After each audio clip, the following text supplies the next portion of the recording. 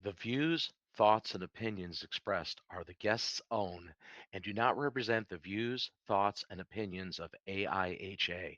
AIHA does not endorse any guest or the entity that they represent.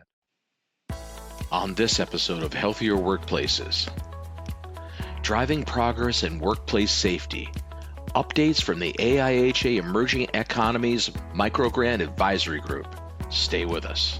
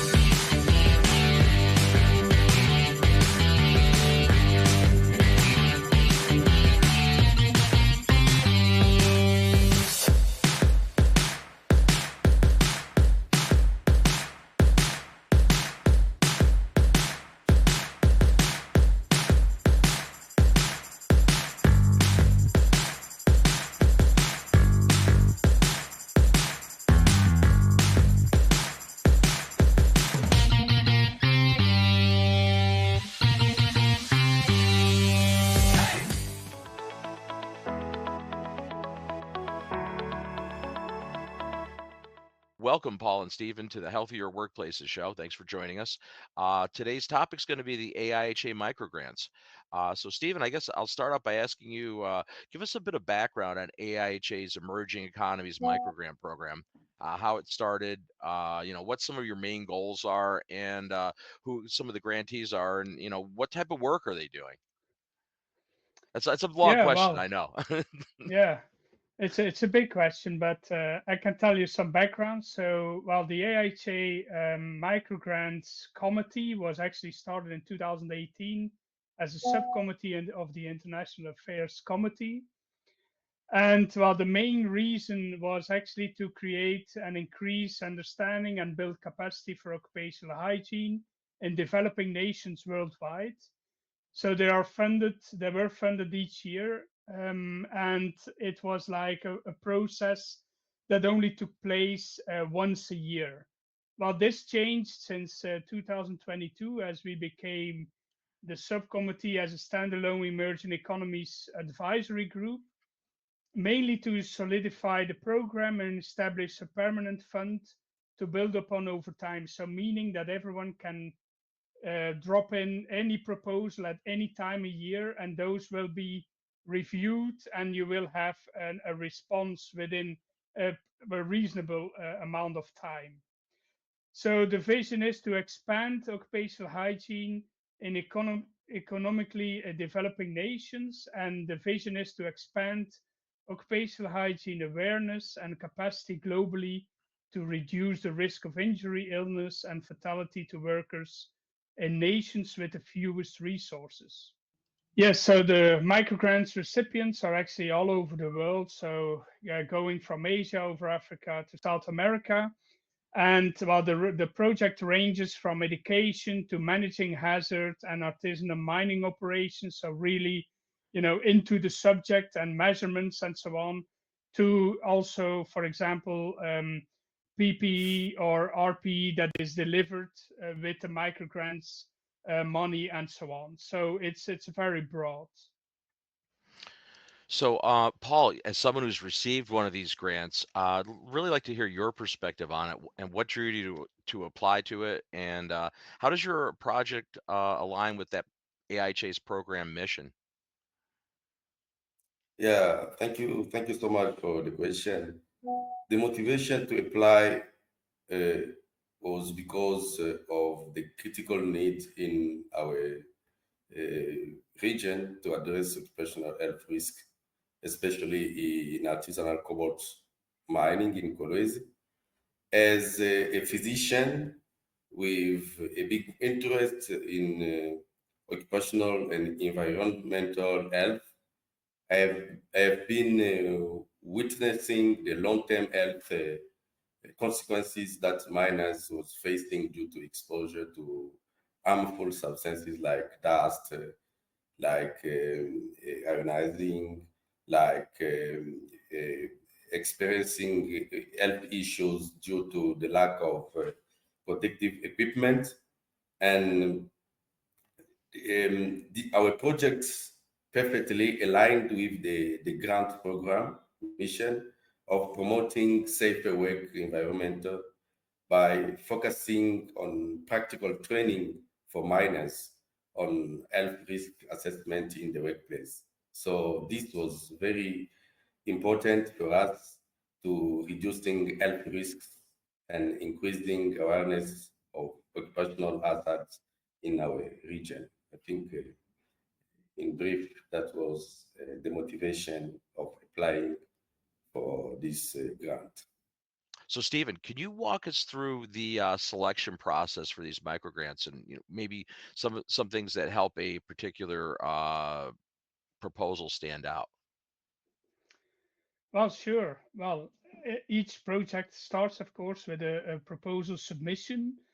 And those can be submitted on an ongoing basis, as I earlier mentioned, through submitting an emerging economy project submission form. You fill it in, and the AIHA staff will provide the proposals to the members of the advisory group to review and write recommendations to the reviewing protocol. And when this is finished, each of the people that submitted the project will be informed and will have an idea on what will be granted for their project.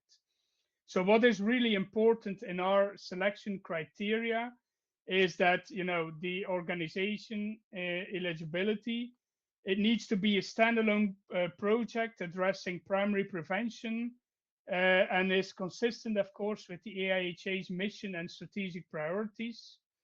It should develop and promote occupational and environmental health and safety profession, and the project is addressing known or potential worker health issues. So, if you submit a proposal, it is also important that you take into account that you really describes the needs to make the project viable and successful, the sources you have, technical assistance and collaboration, and also that it has the ability to improve public and environmental health in achieving results, feasibility, and practicality. And an important feature is that each project should not exceed $3,500 per project. Those are the most important parts if you submit a proposal to the microgrant group. So, Paul, how was the selection process for your grant? Yeah, thank you so much. The selection, according to me, was quite straightforward and transparent, and I appreciated the focus on real world impact. And once I received the grant, I was able to move forward with essential logistical aspect because we received the grant together with some equipment, and that's allowed us to organize the training sessions and to coordinate the field practical session with the miners. And the funding, I can say it's helped us to overcome financial barriers that often prevent health initiative from taking place in underserved areas like in our developing countries in Kolwezi. And it also provided us a kind of platform to engage stakeholders who might not be part of this crucial discussion most of the time in our region. Yeah. Excellent. Stephen, how do these microgrants create long-term improvements in these occupational hygiene aspects for developing economies?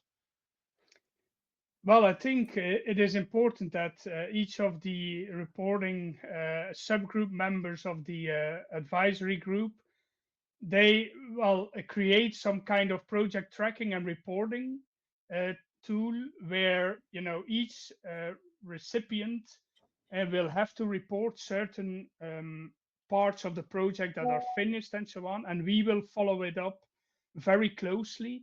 And for example, that can be written reports or a very short, state of the project. And the main thing is that we can make it more sustainable. In the past, it was more like, okay, there was not really follow up on any end report or intermediate reports. So now we have a better follow up. And this will also gain interest in the projects for other stakeholders. And mainly, for example, we have more sustainable cooperation that is possible between several stakeholders within the country. We had examples of more cooperation between government, academia, and individual companies, and also more, let's say, cooperation at the international level with experts, laboratories, etc. So the whole process and the way we guide the recipients through their project as well is helping them in creating a larger group of people that they can cooperate with. What type of Paul, what type of response, as a grant holder, how's the response been for local stakeholders such as workers, employers, maybe government officials? What have you seen as a Uh, result of this?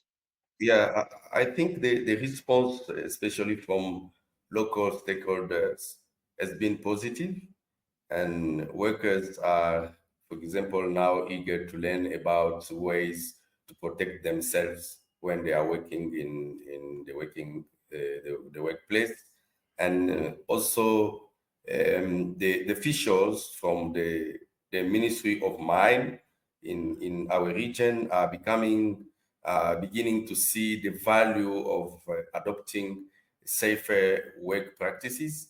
So it's also one aspect. And I think actually it is still early, but we are already noticing a shift in awareness. For example, workers are now more attentive to the need for protective equipment and safer work habits. And as I said, the local officials from the Ministry of Mine also expressed their interest in integrating some of the monitoring techniques in the day-to-day practice of organizing work in mining. So I think in sum, the response was very positive. We'll be right back after this.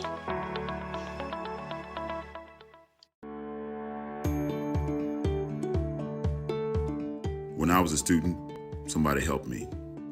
I think it's my responsibility now that I found some success in this profession to help others. In my opinion, you can't see yourself as successful if you're not helping other people. We as industrial hygienists, EHS professionals, need to give back to secure that students are well prepared and supported in their educational endeavors. Look at it as paying it forward.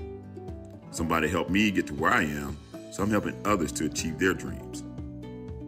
We all have to make sacrifices in life, but this is a gift that we can take pride in giving back through the foundation. Opening doors. It's that basic. It's easy for us to open doors and usher future EHS professionals along the path that we traveled when we were students. Sit back and think about the start of your industrial hygiene journey. How many people helped you get to where you are now? How expensive was school back then and how much more expensive it is now? Now think about how your giving will go into investing into that next CIH or EHS professional. Lead by example. Some folks helped me get to where I am, so I'm just doing my part. And it feels good to know that I'm contributing to the future of our profession.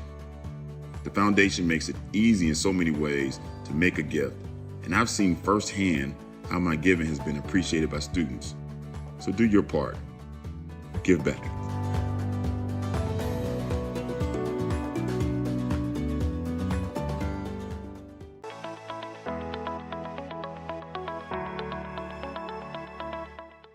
So looking ahead, how do you see the grants program evolving from where we are today? Yeah, well, I think we already explained that the microgrants serve actually as a foundation for networking and the establishment of an enhanced collaboration. That is the most important function. In numerous instances, and I'm following up quite a lot of projects myself, they culminate in improved circumstances due to the fact that the findings influence workers and their families, politicians, and representatives of companies operating within those regions. Well, the evolution is perceived as positive, for sure, giving the marketing campaigns that have led to greater awareness of the program and more efficiently organized research groups submitting projects. So we see that actually year by year that the submitted projects are better describing actually what they want to do. And we have also considerable number of follow-up projects coming out of earlier projects. So which means that the program is having a positive effect on the well-being of employees, and it also, and well, helps people more to have, follow-up projects and get more in-depth knowledge on the state of workers and in their country and region.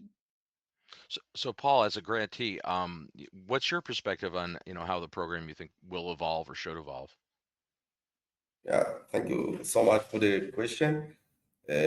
For my opinion, I see the grants program evolving into a larger initiative that is not only funding more projects, but also creating a kind of network between health uh, and safety advocates in the mining sector in our area. But it has also, according to my opinion, the potential to foster long-term partnership between local communities, health professionals, and policymakers. And with the time, I hope that it can also influence broader policy changes on occupational safety standards in mining in our underserved area. Yes. For those interested in applying to the program or being involved with it, what advice would each of you give them for creating a strong proposal, or even just getting started in the process? How would somebody undertake this? Well, there are some general things, as well as a reviewer myself. I can definitely say something about it. So, well, there are some important points, like, for example, if there is a non-profit entity involved, it is always a benefit. Well, that doesn't mean that corporations and individuals are not, are actually not excluded from it, but the project recipients should outweigh the benefits to the individual or company providing services. So sometimes we receive proposals which say, okay, this is the salary of one of the persons. Well, those are probably not good things to mention in your project. Well, if you have a good case in promoting research and development, that is definitely a plus. And it should be focused on the research on hazardous workplace exposure, outcomes, and emerging issues of control methods to minimize associated workplace risks. So if all those points are included in the proposal, you will have a very big surplus in approval. Your thoughts on that, Paul? Yeah, thank you. My advice for those who are interested in applying or supporting this program would be to be focused on the real world impact of the project and to demonstrate a clear understanding of the issues the applicant aims to address and offer practical and evidence-based solutions. I would also advise to engage local stakeholders early on to ensure that the project is relevant and well supported. And additionally, I would advise them to emphasize sustainability to show how the project can be lasting benefits even after the initial funding period. So, Stephen and Paul, thanks so much for joining us on today's program to discuss AIHA's Emerging Economies Microgrant Program. Definitely an interesting program, and again, wish you continued success with moving this forward in this initiative. So that's our show for this week. Until next time, I'm Bob Krell. Stay healthy.